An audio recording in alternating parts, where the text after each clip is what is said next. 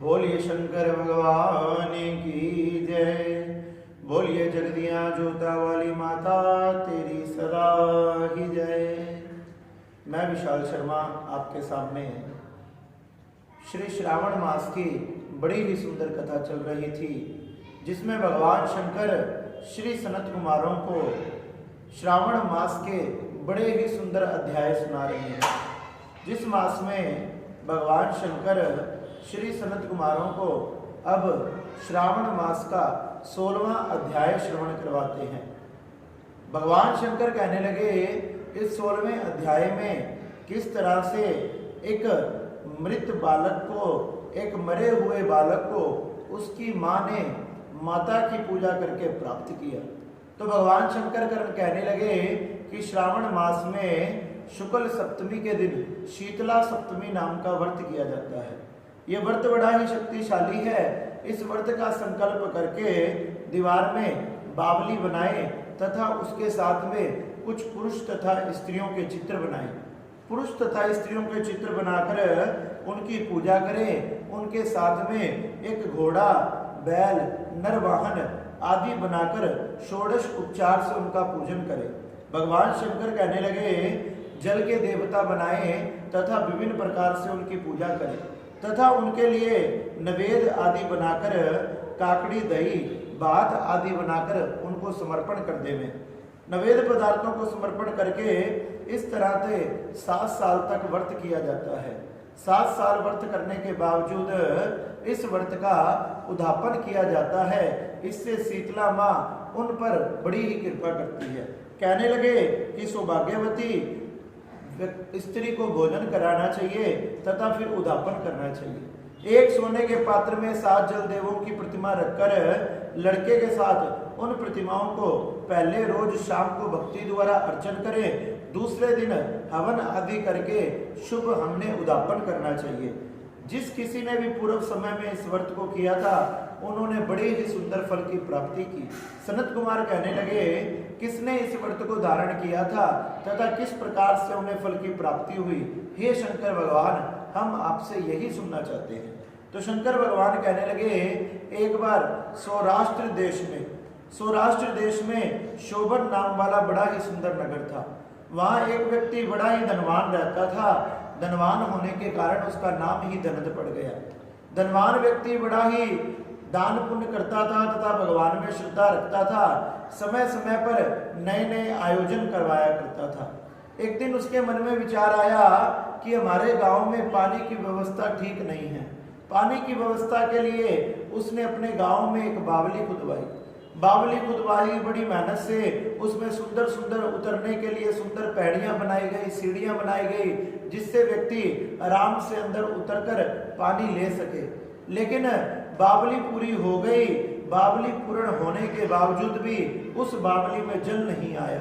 वह धनद बड़ा ही परेशान हुआ कि मेरी इतनी मेहनत और मेरा इतना धन व्यर्थ गया और बावली में पानी नहीं आया, अब मैं क्या करूं?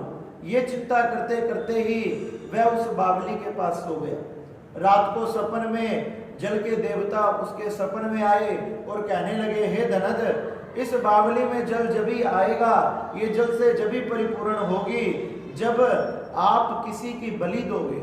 अगर आप अपने पुत्र की लाकर यहाँ बलि दे दो तो ये जल से परिपूर्ण हो जाएगी। इस प्रकार जब सपन देखा तो सुबह उठकर अपने घर पर आया और घर पर आकर अपने पुत्र से कहने लगा कि हे पुत्र, जल के देवता मेरे सपन में आए थे। वो द्रविड़ नाम वाला पुत्र कहने लगा, उन जल के देवताओं ने क्या कहा? उन्होंने कहा कि तुम्हारे द्वारा खोदी हुई बावली में पानी जब ही आएगा जब तुम अब तुम्हारे पुत्र की बलि यहाँ ला कर दोगे। द्रविड़ नाम वाला उनका पुत्र, जिसकी बुद्धि भी धर्म में लगी रहती थी, कहने लगे, वो पिताजी, वो पुत्र जितना मेरा है उतना आपका भी है। हम पूरे गांव का भला करने के लिए, सारे लोगों की प्यास मिटाने के लिए हम हमारे पुत्र की बलि जरूर देंगे। लेकिन अभी कुछ समय हमने इंतजार करना पड़ेगा, क्योंकि मेरी पत्नी अभी गर्भवती है। वो अपने पिताजी के घर जाएगी तथा पिताजी के घर जाएगी तो जो मेरे 2 पुत्र हैं उनमें से हम बड़े को रख लेंगे, छोटे को माँ के साथ भेज देंगे तथा बड़े को अपने पास रख लेंगे, जब ही हम ये कार्य परिपूर्ण करेंगे। पिताजी पुत्र की बात सुनकर बड़े प्रसन्न हुए कि हे पुत्र, तू मेरा पुत्र है, ये मुझको बड़ा गर्व होता है। पुत्र कहने लगा, पिताजी आप चिंता मत करो। धीरे धीरे समय आया, अपनी पत्नी को अपने पिता के घर भेजने की तैयारियां करने लगा। अपने पिताजी के घर भेजने की तैयारियां करने लगा तो उसके जो पुत्र थे शीतांशु और चिड़ांशु नाम के, तो उसने अपनी पत्नी से कहा कि बड़ा पुत्र हमारे पास रहेगा, छोटे पुत्र को तुम अपने साथ ले जाओ।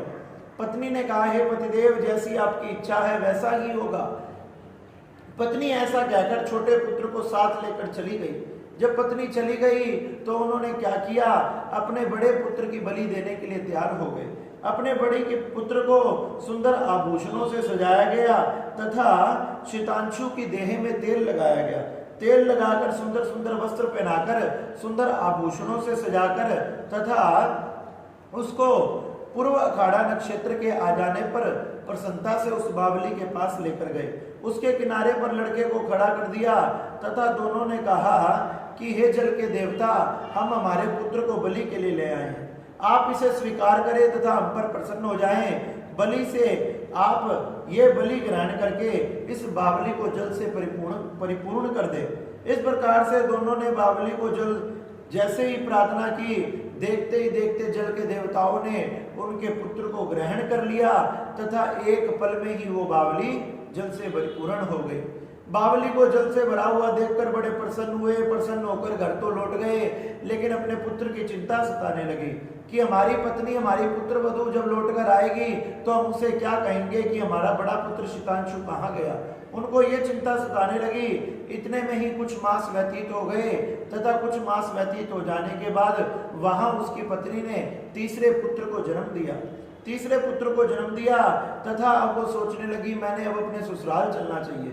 सुंदर पालकी को सजाकर अब अपने ससुराल की तरफ चलने लगी तो रास्ते में वो बावली आई। जब रास्ते में वो बावली आई तो अपनी सेविकाओं को बोली, ये बावली तो हमारे ससुर ने खुदवाई थी तथा जब मैं गई थी जब इसमें जल नहीं था, अब इसमें जल कहाँ से आ गया, इसलिए हमने यहाँ रुककर पूजन करना चाहिए। वह बावली के पास रुक गई। उस दिन बड़ा ही सुंदर मास श्रावण मास था तथा शुक्ल पक्ष की सप्तमी थी।